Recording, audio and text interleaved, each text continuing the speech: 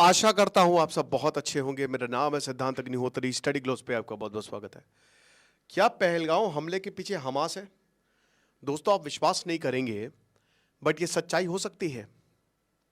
पहलगांव का जो अटैक हुआ है, अगर आप देखो तो 7 अक्टूबर 2023 को जब इसराइल में अटैक हुआ था, सिमिलैरिटीज सेम 1200 वहां पे यहूदी एक म्यूजिक फेस्टिवल अटेंड करने आए थे। हमास ने नंगा करके मारा था औरतों को। हमास ने बहुत सारे लोगों को 1200 को मार दिया था। ये हालात हुए थे। उसके बाद इजराइल ने क्या किया? इजराइल ने निस्तर नाबूद कर दिया, गाजा को खत्म कर दिया। हालांकि 50,000 लोग मरे हैं और उसमें काफी बच्चे भी थे, जो कि बहुत दुखद था। ऐसा नहीं होना चाहिए था, बट इजराइल का अनप्रेसिडेंटेड रिस्पॉन्स रहा। और अगर आप देखो तो हमास को अभी तक भारत ने आतंकी संगठन घोषित नहीं किया है। भारत ने नहीं कहा है कि वो आतंकी संगठन है। इजराइल बार बार ऐसे प्रेशर बना रहा है। प्रेशर इन द सेंस कि देखिए, प्रेशर तो नहीं बना सकता है भारत पे, लेकिन वो ये कह रहा है इनडायरेक्टली। लश्कर ए तैयबा को उसने आतंकी संगठन 2023 में घोषित कर दिया, इजराइल ने। और इजराइल अभी सबसे ज्यादा साथ इजराइल दे रहा है। पहलगांव अटैक पे लगातार ट्वीट्स कह रहे हैं कि इजराइल का एयरफोर्स प्लेन भी आया अभी 2 दिन पहले, और शायद कुछ ऐसी टेक्नोलॉजी दी है भारत को। मैं इस पे देखिए verify, I can not verify, but अगर एयरफोर्स प्लेन आया और फिर चला गया तो कुछ ना कुछ तो होगा ही ना। घूमने फिरने तो आया नहीं है। तो इजराइल तो चाह रहा है, और इजराइल इन्वॉय का भी ये बयान है कि हमास इसके पीछे है। 2 महीने पहले दोस्तों ये मैंने टॉपिक भी कवर किया था कि हमास के लीडर्स पीओके में दिखे थे। और सिमिलैरिटीज आप देख रहे हो, अगर आप तार जोड़ो तो बहुत कुछ आपको समझ में आएगा। और उसी दौरान आसिम मुनीर और शहबाज शरीफ दोनों पाकिस्तान ऑक्यूपाइड कश्मीर गए थे, मुजफ्फराबाद गए थे। कहा जा रहा है कि प्लानिंग बहुत पहले की है। यह हिसाब किताब बात करेंगे, लेकिन उससे पहले बता दूं दोस्तों कि हमारा द सुपीरियर मैंस वे का शानदार कोर्स, इसकी कल क्लास होगी। ऑलरेडी बहुत जबरदस्त क्लासेस चल रही हैं। मात्र 300 रुपए का कोर्स है। डिस्क्रिप्शन कमेंट बॉक्स में लिंक दिया है। तो सबसे पहली बात यह है कि 5 फरवरी को, इसी साल 5 फरवरी को, जो पाकिस्तानी टेररिस्ट ग्रुप है लश्कर ए तैयबा, जैश ए मोहम्मद और हिजबुल, ये तीनों जो सबसे बड़े टेरर ग्रुप हैं, सुनिएगा ध्यान से, रावलकोट में इकट्ठा हुए पाकिस्तान के, और इन्होंने बहुत बड़ी रैली निकाली।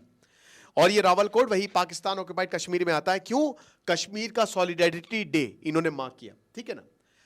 अब कौन इसमें इनवाइटी था? हमास का स्पोक्स पर्सन खालिद कद्दूमी। और खालिद कद्दूमी ने यहां पे यह बोला था कि पाकिस्तान तो हमारे बड़े भाई की तरह है।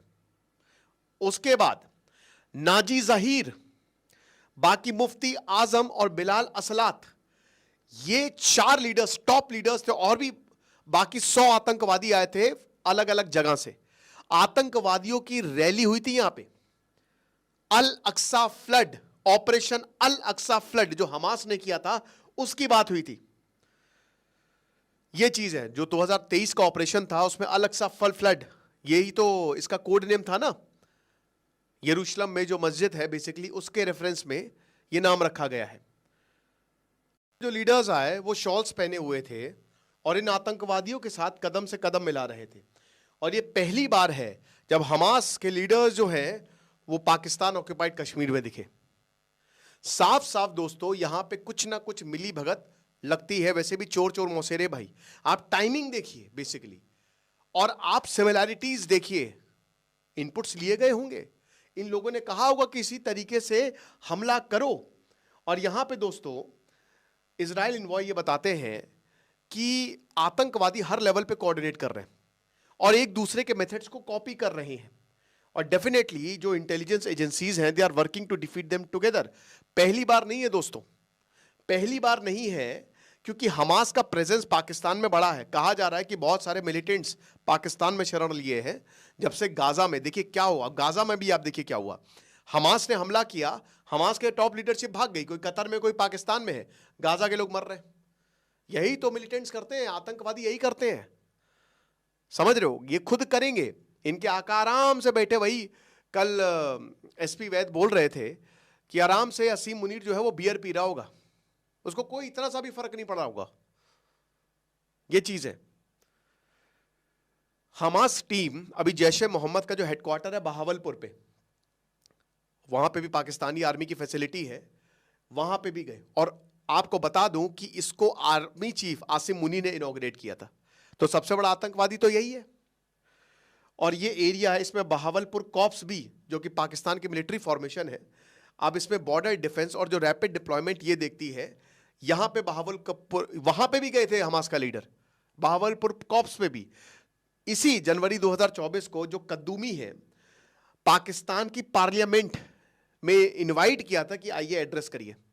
और कद्दूमी ने, और एक यहां के लॉ मेकर है पाकिस्तान के, उन्होंने बोला था कि बहुत अच्छा किया, क्योंकि जो IMEC है, एक मिनट जरा रुकिएगा, जो Indian middle east economic corridor है, जो कि एक तरीके से सीपेक के उसको देखा जा रहा था, सीपेक का तोड़ था, वो तुमने खत्म कर दिया, तुमने बर्बाद कर दिया, इसकी हमको बहुत ज्यादा खुशी है। ये पाकिस्तान के लॉ मेकर जो है वो कद्दूमी से बोलते हैं, ये चीज है। और कद्दूमी कहता है कि पाकिस्तान तो हमारा बड़ा भाई है, 15 फिलिस्तीन के प्रिजनर्स को तुमने छोड़ दिया है, इसका एहसान हम कभी नहीं भूलेंगे। पाकिस्तान की deep state is getting desperate. We have to understand. Asim Munir and Shehbaz Sharif, soon after that, they were seeing in Muzaffarabad. और ये प्रॉपर प्लानिंग करते हुए कुछ दिखाई दे रहे थे कश्मीर सॉलिडारिटी डे पे, जो कि कभी ऐसा नहीं होता। ये पहली बार हुआ है कि PM और आर्मी चीफ, देखिए पहली एक चीज समझिए, जो आसिम मुनीर को ना, इसको भगाया जाना था, इस पागल आदमी, इस आतंकवादी को हटाना था। इमरान खान जब आया, इमरान खान ने इसको हटाने की पूरी कोशिश कर ली थी, पूरी एकदम प्लानिंग थी। इमरान खान को बिल्कुल आसिम मुनीर पसंद नहीं करता था, और इसका तो ये तो रिटायर होने वाला था। तभी आसिम मुनीर ने चाल चली और शरीफ बंधुओं को लेके आया और एक डील की कि मैं तुमको PM बना दूंगा, बदले में मुझे तुम आर्मी चीफ बनाओगे। और डील फाइनल होगी, इमरान खान को जेल में डाल दिया, शहबाज शरीफ PM बन गए। इलेक्शन आपने देखा कि उनकी आर्मी ही करवाती, उनकी आर्मी काउंट करती है। ये हिसाब किताब राजनाथ सिंह से लेकर जयशंकर ने POK पे बार बार बोला है कि अब बात खाली POK पे होगी, पाकिस्तान ऑक्यूपाइड कश्मीर में होगी। और उसके बाद इनका डेस्परेशन था कि जिस तरीके से आर्टिकल 370 खत्म हुआ है, ना इनको इंटरनेशनली मदद मिल रही है, ना ही कोई अब कश्मीर की बात कर रहा है, ऐसे तो POK हम हाथ से खो देंगे। ये चीज है। लंदन में चैथम हाउस में बोलते हुए बताया कि देखिए हमने बहुत अच्छा काम किया है। जयशंकर कहते हैं कि हमने 370 को हटाई, ये नंबर 1 था, और अब जो है वो डेवलपमेंट हो रहा है धीमे धीमे कश्मीर का, और हम ऐसे ही, यही हमारा बेसिकली रहेगी, ये चीज है। अब भारत जो है वो, उसने अभी तक हमास को एक टेररिस्ट ऑर्गेनाइजेशन घोषित नहीं किया है। और स्टिल दोस्तों, आपको ऐसे बहुत भारत के अंदर कुछ लोग ऐसे मिल जाएंगे जो हमास को सपोर्ट करते हुए दिखते हैं। आपको पता है भारत के फिलिस्तीन से रिश्ते बहुत अच्छे हैं, एक वो भी बहुत अच्छा फैक्टर है, मतलब वो भी बड़ा इंपॉर्टेंट फैक्टर है, ठीक है ना। लेकिन इजराइल लगातार बोल रहा है कि आप देखिए हमास के लीडर्स POK में जाते हैं, फिर हमला होता है। तो बेस्ट यही है कि अब हमास को तुरंत आतंकी संगठन जो है वो घोषित करें। 2 स्टेट सोल्यूशन, भारत ने हमेशा यही बोला है, 2 स्टेट सोल्यूशन की बात है। और भाई 2023 में इजराइल ने भी लश्कर तैयबा को, तो इजराइल पूरी तरीके से कोशिश कर रहा है, पर भारत क्या फैसला लेगा ये तो सरकार के ऊपर है। लेकिन ये बात बहुत अटपटी सी अजीब है कि हमास गया 2 महीने पहले और उसके बाद ये हमला हुआ, और दोनों के रिश्ते हमास और पाकिस्तान के जो आतंकी संगठन के लगातार मजबूत होते जा रहे हैं। अगर गाजा से भागेंगे तो कहीं ना कहीं ये और पैठ बनाएंगे, कहीं ना कहीं ये और घुसेंगे, समझ रहे हैं हम। आपको क्या लगता है मुझे कमेंट बॉक्स में बताइएगा। खुश रहिए, पढ़ते रहिए। दिस इज सिद्धांत अग्निहोत्री साइनिंग ऑफ।